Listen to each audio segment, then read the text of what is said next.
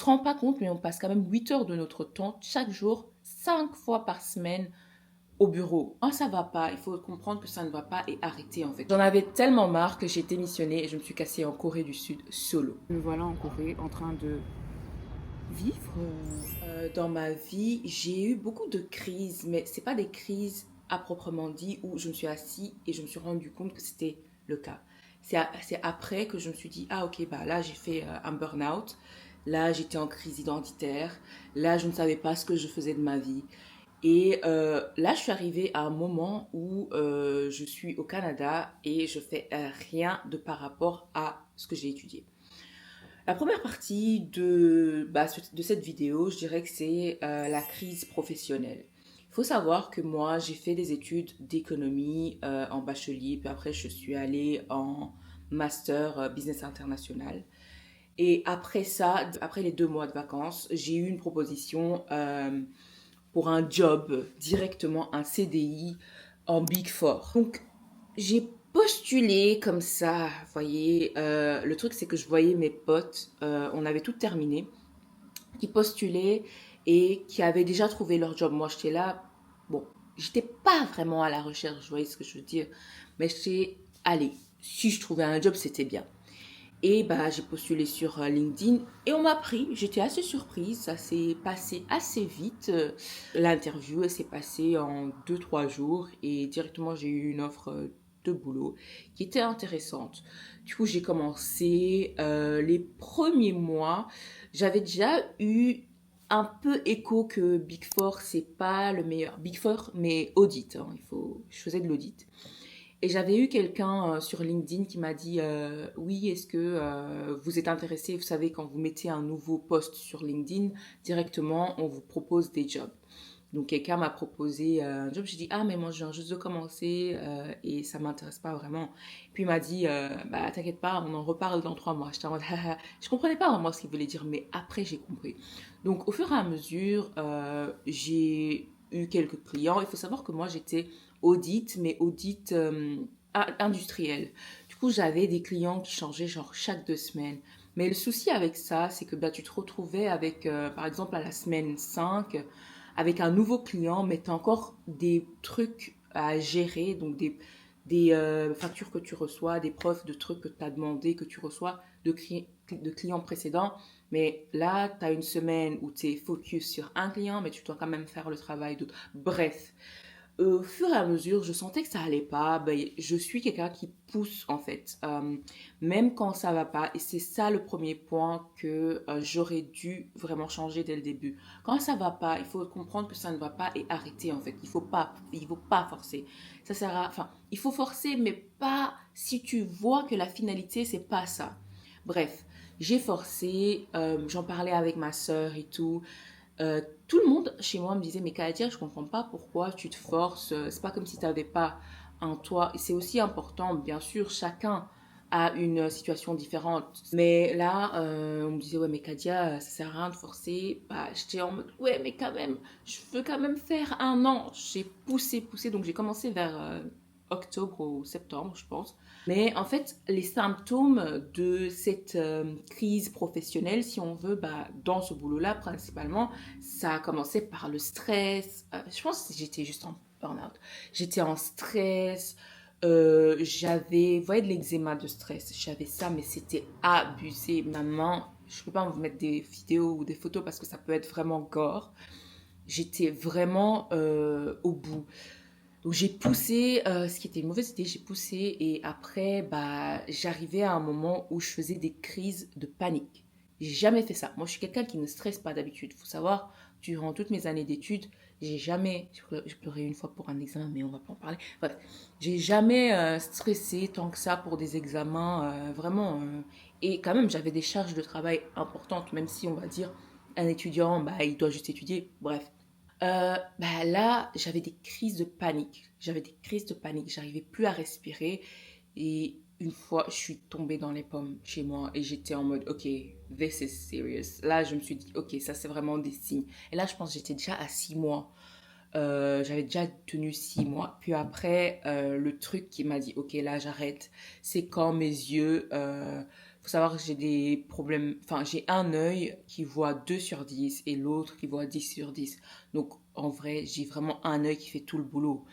Et le truc, c'est que, bah, à force de rester derrière le PC tout le temps, à des heures, bref, on va pas parler, bah, mon œil qui voyait commençait vraiment à se détériorer et je me suis dit, ok, là, c'est bon, tu arrêtes. Et en fait, c'est très important de savoir reconnaître les signes que ton corps te donne. Dès le début, quand j'avais des crises de panique, enfin, de l'eczéma et tout ça, j'aurais dû me dire, Kadia, c'est pas pour toi, ce boulot n'est pas pour toi. Mais de l'autre côté, j'avais quand même envie de forcer et de me dire, ok, continue, tu peux tenir au moins un an, tu vois. Mais bon, bref, du coup, ce que j'ai fait, j'ai démissionné.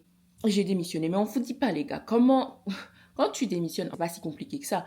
Mais quand tu intègres une compagnie, on sait tous comment ça se passe. Mais quand tu démissionnes, on ne te dit pas. Bref, j'ai démissionné, j'ai rendu tout le matériel, j'ai pris tout l'argent que j'avais pu économiser et je me suis cassée en Corée du Sud. Je vais vous intégrer un petit clip de moi à Séoul, solo, après ce moment, quoi. Les gars, j'ai démissionné et là, je suis en Corée du Sud. Pourquoi? Tout simplement à cause de deux choses. La première, c'est j'étais vraiment malade. Je suis vraiment tombée malade. Franchement, je suis tombée dans les pommes, j'avais des problèmes aux yeux et tout. Et ça, c'est parce que je restais sur mon PC vraiment tout le temps. C'était vraiment tout le temps. Genre, je commençais à 8h30. Normalement, tu termines à 17h30. Mais je terminais pas à 17h30, clairement pas. Et en fait, ça a eu un effet de dingue sur mes yeux. J'étais aussi pas bien. Je pense que je comprenais pas ce que c'était vraiment la dépression avant.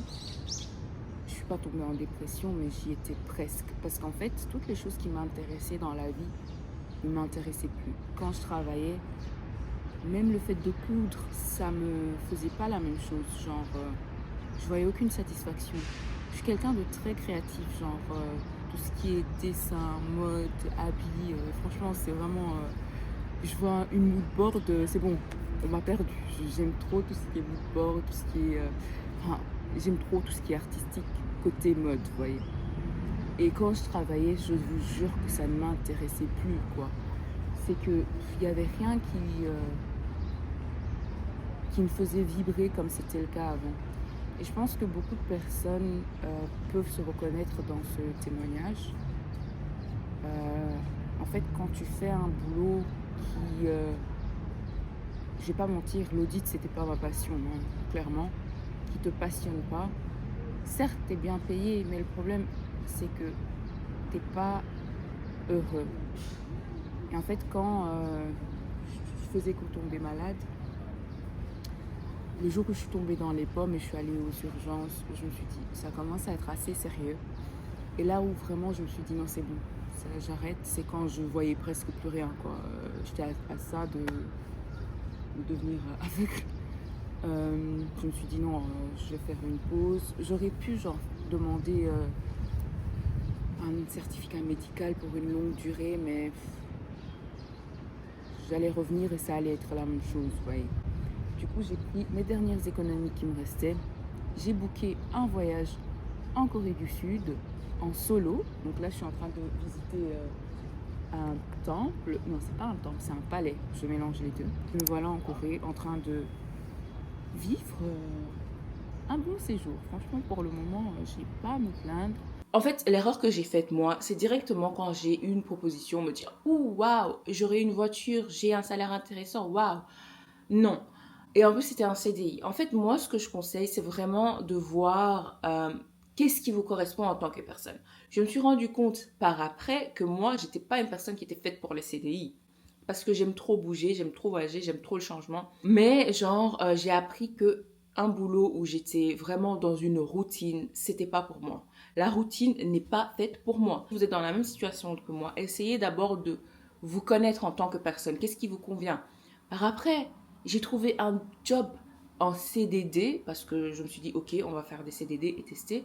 J'ai fait quelque chose de rien à voir. J'ai été steward dans le Eurostar Bruxelles-Londres et j'ai passé ma meilleure vie. J'ai trop aimé. C'était 3 mois, mais ça m'a donné un changement. Ça m'a donné de l'argent parce que j'en avais besoin. Ça m'a donné un changement. Je voyageais enfin, j'étais tous les jours à Londres. Bon, c'était pas voyager, mais je faisais mes pauses à Londres. Ou à Amsterdam, je rencontrais beaucoup de gens, j'étais en contact avec des clients, ça changeait du bureau, ok? Et après, je me suis rendu compte que... Une voiture qui passe. Après ça, bah, j'ai trouvé un autre boulot dans la finance parce que je me suis dit, bon, j'ai quand même étudié la finance, j'aurais aimé trouver un boulot dedans. Et en fait, ce que j'ai fait, les CDD, c'est très important. Vraiment, les CDD, c'est le plus important, je pense, pour savoir ce que tu aimes. J'ai trouvé une entreprise et une équipe qui était magnifique. J'ai fait 3 mois, mais bah, j'avais d'autres projets, donc j'ai pas continué or qu'on m'avait proposé. J'ai pas continué, mais c'était en quoi? C'était en contrôleur financier et j'ai adoré. J'ai vraiment trop aimé. Mais je pense que là, j'ai appris que quand tu sors directement d'une université et que tu veux aller dans le monde du travail, trouve-toi une entreprise qui est pas trop grande. Pas un Big Four. Un Big Four, tu penses que tu es vraiment qu'un nombre. Un Big Four, tu es là pour faire du revenu. Un Big Four, tu es là pour faire des tâches. Un Big Four, tu n'es qu'un numéro en fait. C'est ce que moi j'ai ressenti. Bien sûr, ça dépend de tous, de ton expérience en Big Four, qui peut être... D'autres personnes ont eu des expériences amazing, qui étaient magnifiques, mais bien sûr, c'est aussi leur expérience. Mais je pense vraiment trouver une entreprise qui est pas excessivement enfin qui est pas excessivement grande, ou bien une entreprise où tu auras une équipe qui est petite. Ça, c'est très important parce que tu vas pouvoir tisser des liens avec les gens, bien sûr. La partie sociale d'un boulot, c'est très important. On ne se rend pas compte, mais on passe quand même 8 heures de notre temps chaque jour, 5 fois par semaine au bureau. Donc, il faut vraiment trouver quelque chose qu'on aime un minimum. Et ça, j'avais vraiment trop mis ça de côté. Donc voilà, la partie professionnelle, quand j'ai eu ma crise, c'est ce qui s'est passé. Et là, bah, je suis au Canada, vraiment rien à voir. Après mon dernier boulot que j'ai quand même aimé, je me suis dit, bah, on va aller au Canada pour voir ce qui se passe. Donc, si les vidéos sur les PVT ou quoi vous intéressent, j'en ferai. Euh, mais en fait, à part ça, je me suis rendu compte que j'ai aussi eu une crise identitaire. Oui, c'est une crise identitaire parce que j'ai remis tout en question. J'ai remis en question mes choix d'études, j'ai remis en question ce que je fais maintenant, j'ai remis en question le fait que je suis sur les réseaux sociaux. Oui, j'ai remis ça en question. Mais en fait, par exemple, le choix d'études, on ne se rend pas compte, ça nous impacte quand même le reste de notre vie. Ben, en fait, moi, j'étais en mode, pourquoi j'ai pas choisi la mode? J'aime la mode, j'aime le stylisme. Je me suis dit, purée, t'aurais dû faire un bachelier en confection, un bachelier en patronage ou en stylisme tout simplement. Ça t'aurait permis d'avoir des postes dans lesquels tu te sentirais bien, ou quand tu te réveilles, tu vas au boulot, tu te dis purée, j'aime ce que je fais, je suis là pour un truc qui a du sens pour moi. Vraiment trouver quelque chose qui a du sens pour soi, c'est très important, je pense, dans le monde du travail. Et du coup, j'ai remis en question ça, j'étais en mode, mais purée, j'ai mal choisi mes études, et j'ai pas bien choisi, j'aurais pas dû faire économie, vraiment, bref. Mais en parlant avec ma famille et mes amis, je me suis rendu compte que ben non, parce que tout ce que j'ai appris en finance, en économie, ou comment gérer une entreprise, comment tout ça, ben, ça peut me servir plus tard. Et en vrai, les études de mode et de stylisme, tu n'es pas obligé d'aller à l'université pour le faire. Je pense que toute étude, enfin pas toutes, mais pas pour être médecin, mais beaucoup d'études, voilà, tu peux apprendre toi-même. Bah, je me suis dit, en vrai, je suis en train d'apprendre la couture solo, je suis en train d'apprendre comment faire du patronage solo. Ça revient à un peu pas la même chose, mais à être autodidacte, apprendre par soi-même et arrêter un peu de culpabiliser. Et je me suis dit que ce qui est fait. On ne peut pas repartir dans le passé pour changer les choses. Et qui sait, si j'avais choisi des études de mode, peut-être que ben, j'aurais détesté la mode, peut-être que j'aurais détesté la couture. Je vois bien que j'ai des amis qui sont en design et tout, qui me disent ouais Kadia, quand tu commences à faire des études de mode, tu te rends vite compte que bah, c'est pas aussi cool ou que tu le penses, parce que, bref, il y a trop de choses à faire. Mais bon, je sais pas. Donc cette partie-là de ma crise identitaire, elle est passée. Je me suis dit, franchement, tu peux pas rechanger ce qui s'est passé. Concentre-toi plus sur le futur et comment tu peux leverage, utiliser tout ce que tu as pu apprendre, les contacts que tu t'es fait, bien sûr, aussi avec mes réseaux sociaux. Par exemple, sur TikTok, je me suis fait des contacts dans le monde bah, des tissus, parce que je fais beaucoup de vidéos sur des tissus à Bruxelles. Et bah, j'ai réussi à avoir des contacts dedans. Et en vrai, bah, je crache pas sur ça, vous voyez. La conclusion que je pense que j'ai tirée de ces années, de ces 2 ans de crise professionnelle, si on veut, et de crise identitaire, c'est de ne pas avoir peur de recommencer. Bien sûr, chacun a sa situation. Moi qui recommence en vivant enfin, en famille, j'ai pas de loyer à payer et quelqu'un d'autre qui a un loyer à payer, c'est pas la même chose. C'est pas la même chose. Mais si vous êtes devant une situation où vous êtes là, vous forcez, votre corps il vous donne comme moi, hein, des signes qui étaient en mode purée. Arrête, Kadia, c'est pas fait pour ça, c'est pas ton truc. C'est ok de se rendre compte que bah c'est pas la bonne voie que tu as choisie, c'est pas le bon boulot que tu as choisi et que tu peux refaire un autre. Et en fait, vraiment, d'essayer, si vous venez juste de sortir des années d'études, de commencer par des CDD, de faire des stages, de faire des trucs pour comprendre ce que vous aimez, ce que vous aimez pas. Ce que je trouve vraiment qui manque en Belgique, c'est les stages. En tout cas, quand tu fais un parcours en mode général et que tu vas faire ton bachelier et puis ton master, c'est le fait d'avoir des stages, de savoir des alternances comme en France pour savoir ce que tu aimes bien, ce que tu n'aimes pas. Et je pense que la solution, c'est vraiment les CDD. Quand tu es en CDD, par exemple, la compagnie d'intérim Page Personnelle, moi, c'est là où j'ai trouvé mon CDD et ça s'est fait hyper rapidement. Donc, essayez de trouver des boulots qui sont pour une période de 3 ou de 6 mois. Parce que quand tu as une fin, quand tu as une date de fin, tu te dis, ok, bah, de toute façon, c'est que 3 mois, de toute façon, c'est que 6 mois, je peux tenir. Parce que voilà, je pars. Ou bien des fois, tu peux aimer, on va te proposer de continuer et ça va peut-être te donner un emploi que tu as testé et que tu aimes bien. Du coup, voilà, c'est ça le principal truc que j'ai appris. Je sais pas si cette vidéo, enfin, il y a quelques personnes qui se sont enfin, reconnues dedans, mais c'est ok de recommencer. That's the point. Bref, salut.